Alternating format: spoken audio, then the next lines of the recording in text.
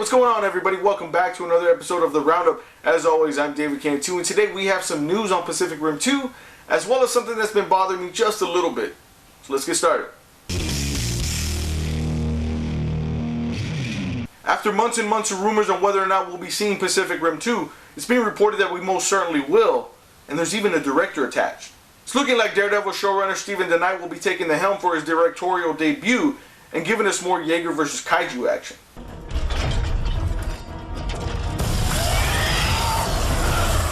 It's definitely a shame that Del Toro won't be returning to direct, but with the leadership that DeKnight has shown on Daredevil, there's no doubt that he's going to knock it out of the park. There really isn't any word on who's going to be returning or what it's even going to be about other than what Del Toro has said. He stated that the sequel will feature a deeper exploration into the world of the Kaiju, and it'll be much different than the original. When he says deeper exploration, I'm hoping that maybe we get a little bit of an origin story or possibly more about where they came from.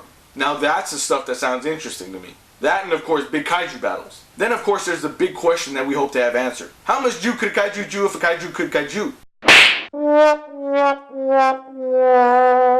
I apologize in advance for my rant, but do we need more mainstream R-rated superhero movies? With the recent success of Deadpool, which I really loved, that's the question that's been thrown around lately. Honestly, I think it all depends on the characters that we're talking about. Reports have stated that Wolverine 3 is going to be getting an R rating, and I can see that happening. Some of his solo adventures in the comics are pretty brutal, and the character's dynamic is fairly dependent on his savage behavior.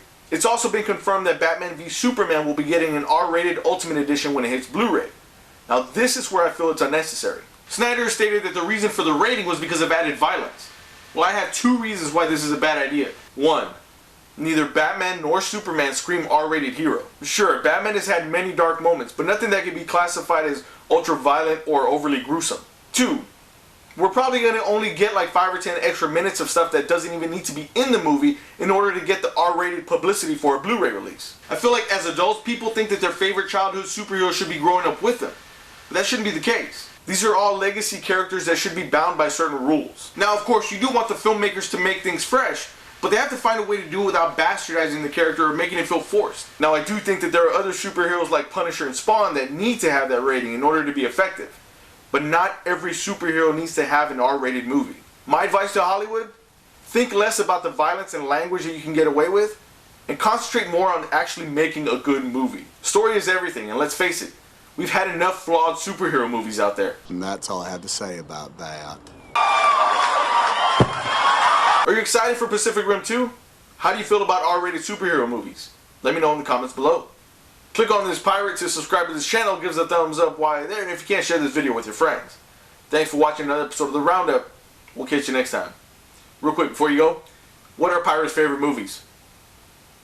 R-rated movies. Just humor me and click on them to subscribe, please.